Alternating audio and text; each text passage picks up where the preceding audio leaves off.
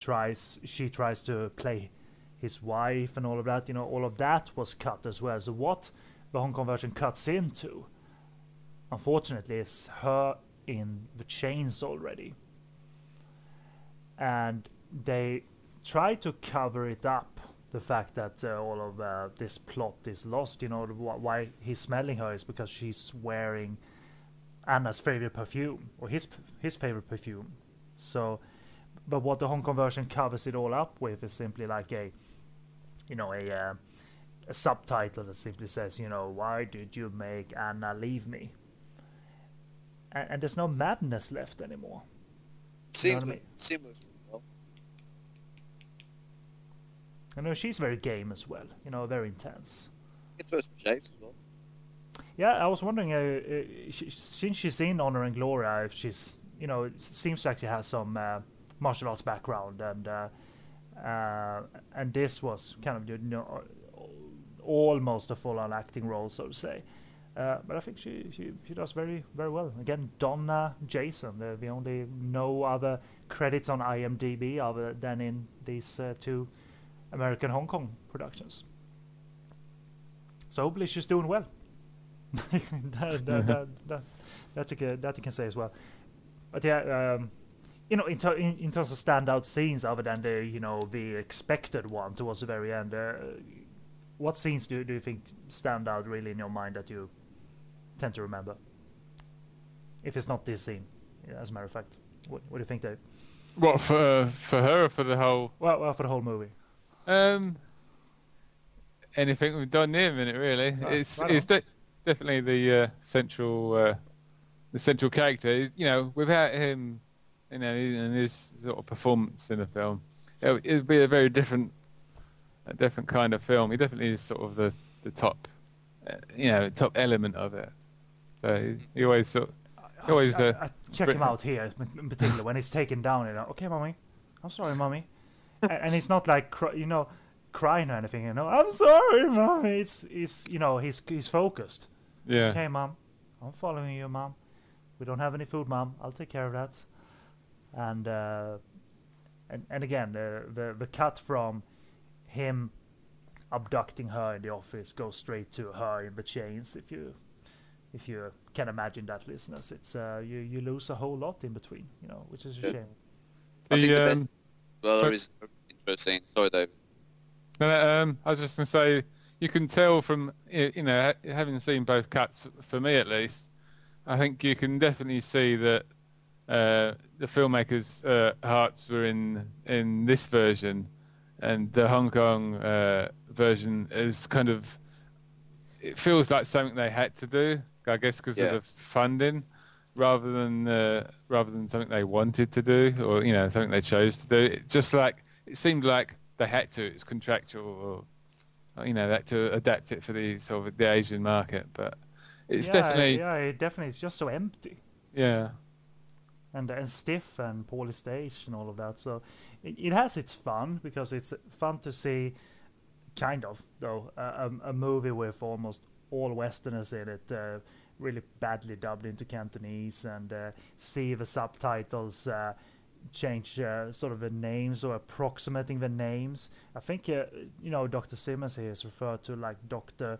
Sesu in the subtitles, the English one, Seso. I think that is something akin to that. Yeah, I think so. Yeah, Dr. Sato or something. It's clearly not in the least bit Asian, but it's a good pronunciation name. But still fairly good fun. It's a lot more boring, since I don't understand Cantonese, to listen to it in Cantonese rather than in English.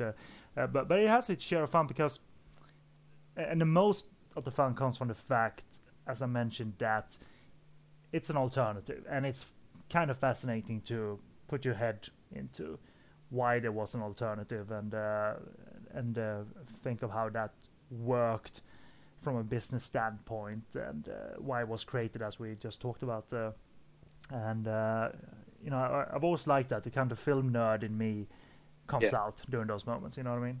Me too. It's always interesting to see different cuts of certain films. Definitely more for certain territories cuts. Always interesting to see as well. We have sometimes time of Hong Kong films always turn out to be quite interesting.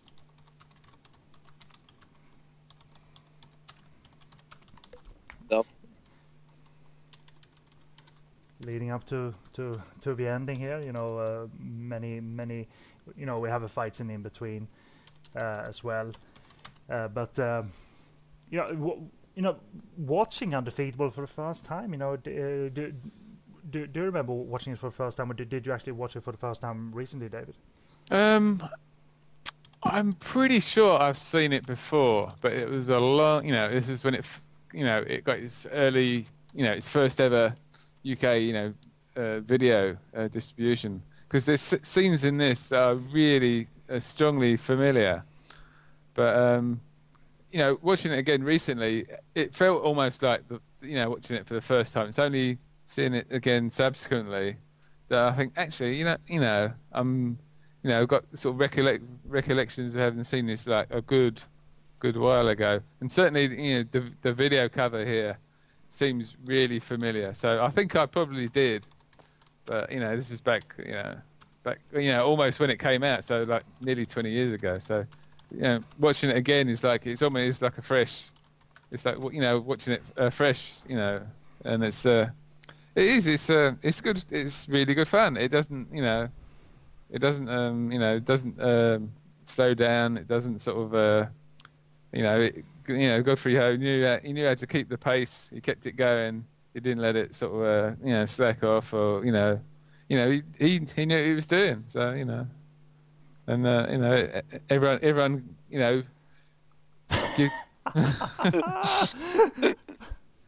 everyone sort of really gives it their all, and and it captures that, and it shows on screen. So and they seem to respond to the action as well.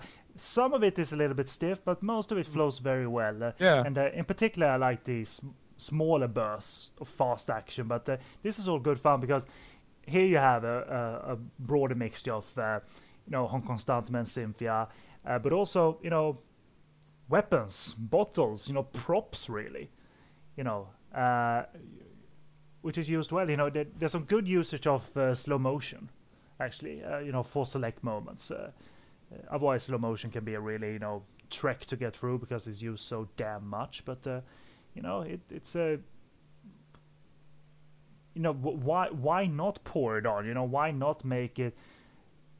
You had so much fun. You've been so outrageous. Why just pour it on, man? Show America something else. Yeah, the use of the props and the weapons and the little bits and bobs that happen to be sort of lying about in in the room. That's that's a very Hong Kong thing. Mm-hmm. And this is an iconic shot of Don, by the way. I love that.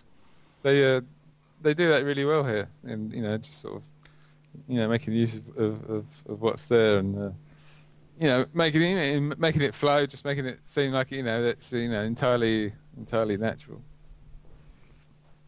And I mean, I don't have much experience with American martial arts, but you always hear that normally the shooting style was a big master and then cut it up into different pieces. But this movie being more Hong Kong style is obviously way different. They shoot don't shoot the scene in the master, and Cynthia was used to it, but I think the other actors respond to that quite nicely. You know what I mean? Yeah. Oh, sure. And this is a moment just for the sake of it, Yeah. And it's kind of tracks back to good old Hong Kong style, stylistic shot just for the sake of it. Yeah. Whether it's in that case snow or what have you, or so it's one of those why not moments, and the whole ending is a kind of why not. Yeah.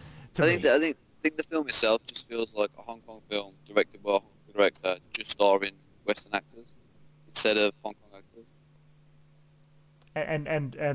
And that isn't automatically a recipe that is successful on papers. I mean, it's well scouted too, and well cast in that regard. They had performers that could respond fairly well to what was required of them, because you don't have a lot of doubling of